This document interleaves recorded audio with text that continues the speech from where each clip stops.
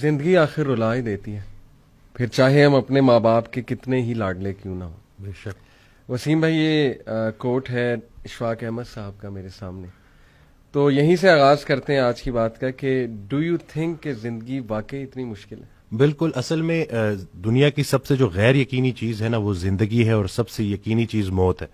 تو زندگی میں نا وہ ارادے ٹوٹتے ہیں اور آہستہ آہستہ غم آتے ہیں، اور آپ کو پتہ چلتا ہے کہ ٹھہرنا مشکل ہی ہے، لیکن جو اللہ کے ساتھ رجوع کر لیتے ہیں ان کو یہ بات سمجھ لگتی ہے کہ جانا تو ہم نے ہے، لیکن جانے سے پہلے کچھ کام تو کرنے ہیں نا۔ تو وہ جو کام میں مصروف عمل، ابھی ہم بات کر رہے تھے کہ جو اللہ کے کام کر رہا ہے، جو مصروف ہے، تو پھر وہ ان چیزوں کو اپنے اوپر، اس غم کو اپنے اوپر حاوی نہیں ہونے دیتا۔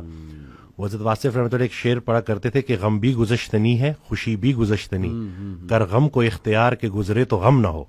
تو یعنی کہ غم کو قبول کرنا ہے، اس کو ریڈ کرنا ہے، اور اس میں نا بڑا لیسن ہے۔ صحیح بات۔ تو یہ اللہ تعالیٰ ہماری برداشت، سب سے بڑی قوت برداشت ہے۔ بالکل صحیح۔ تو ہماری یہ برداشت بڑھانے کے لیے اللہ تعالیٰ غم بھیجتا ہے، صحیح، اور آہستہ آہستہ صبر کے ذریعے، نماز کے ذریعے انسان جو ہے نا اس مشکل سے نکل آتا ہے، کیونکہ اللہ کا وعدہ ہے کہ ہر سختی کے ساتھ آسانی ہے۔ تو سختی کے بعد آسانی ہے، اور اکثر لوگ جو نا امید ہو جاتے ہیں نا، تو اللہ کی رحمت سے نا امید ہونا اصل میں اپنے مستقبل سے نا امید ہونا ہے۔ تو جب آپ اللہ سے پر امید رہتے ہو، ہوپ فل رہتے ہو، تو پھر وہ دن خیر سے گزر جاتے ہیں۔ کیا بات۔ وسیم بھائی، اگر ہم دنیا پہ نظر دوڑائیں، ایسے ایسے غم ہے نا، یعنی لوگوں کی جب سٹوری سنتے ہیں، اور اوور آل ورلڈ میں دیکھ لیں آپ، اور جو ہسٹری میں پاسٹ میں ہوا ہے، مطلب ایسے ایسے غم آپ کو نظر آئیں گے نا کہ انسان رو پڑتا ہے کہ یار واقعی دنیا میں بڑا غم ہے۔ لیکن اگر ہم یہیں پہ رک جائیں نا کہ بس دنیا میں بڑا غم ہے، زندگی بہت مشکل ہے، تو پھر تو ہوپ لیسنس ہے، پھر تو جو ہے نا وہ ایک ڈارکنس ہے، ایک اندھیرا ہے۔ دیٹس وائی آئی سے ٹو پیپل کہ دیکھو جو ایتھیزم ہے وہ یہیں پہ رک جاتا ہے۔ بالکل، وہ کہتا ہے کہ بس we are all here and we are doomed, اور بس ٹھیک ہے، سفرنگ بھی ہے، کیوس بھی ہے، ڈارکنس بھی ہے، اب کیا کر سکتے ہیں۔ بٹ جب تک اسلام ہمارے پاس ہے نا وسیم بھائی، دیکھیں اللہ سبحانہ و تعالیٰ نے پہلے ہی ہمیں بتا دیا، جیسے آپ نے کہا نا ایکسیپٹنس، بالکل اللہ نے ہمیں ایکسیپٹنس دلائی ہے کہ دیکھو اس کو ایکسیپٹ کرو کہ یہ دنیا ایک مشکل کی جگہ ہوگی، یہاں تمہیں مشقت کرنی ہوگی، اسٹرگل کرنی ہوگی، وی ول ٹیسٹ یو، ہم دیکھیں گے تم میں سے کون ایمان والا ہے، کبھی بھوک سے، کبھی خوف سے، کبھی خوف کا انفیکٹ ذکر ہے کہ خوف سے ٹیسٹ کریں گے۔ آئی تھنک انگزائٹی میں خوف کا ایلیمنٹ کافی جو ہے وہ حاوی ہوتا ہے۔ پھر لاس آف لائف سے تمہیں ٹیسٹ کریں گے، لاس آف فروٹ سے تمہیں ٹیسٹ کریں گے، لیکن وبشر الصابرین۔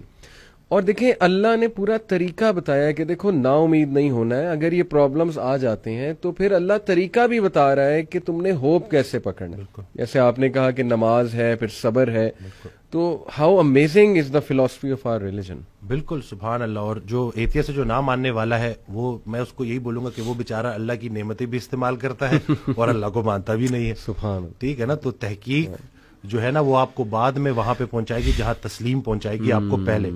تو جو سرنڈر کرنا ہے نا، یہی سب کچھ ہم نے کرنا ہے۔ ایک آڈیو میں وہ بیان کر رہے تھے حضرت، تو انہوں نے کہا کہ پورا سرنڈر کرنا ہے۔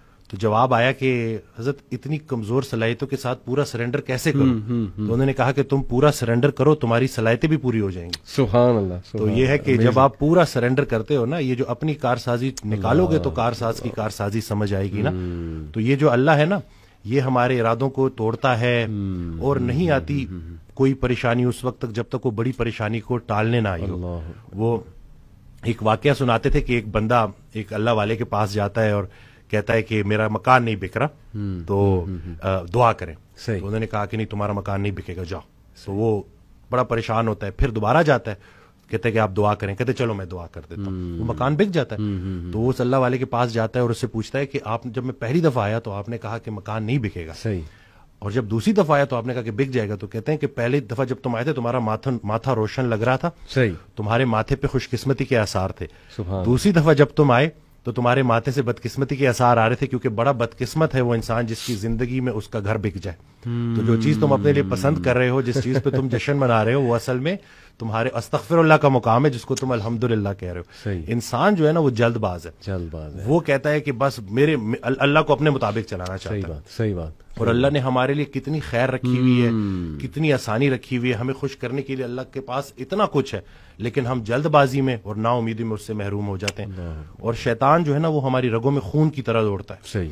تو اس کا طریقہ واردات ہے ہی یہ وسوسہ دینا. وسوسہ جو ہے نا وہ ایمان کی نفی ہے, اور یقین جو ہے نا وہ وسوسے کو نفی کرتا ہے. کیا بات. تو ہم نے یقین کو پختہ کرنا ہے. یقین نور ہے, شک اندھیرا ہے. تو اسی طرح سے یہ وسوسے کے اوپر سوال کیا گیا تو حضرت کہتے ہیں کہ میرا اللہ پہ یقین بے گماں ہے جو علم بن گیا. تم بھی وہ یقین پیدا کر لو, تمہیں بھی علم مل جائے گا. زبردست. تو یہ جو شک ہے نا وسوسہ, یہ آج کل بڑا کامن ہے.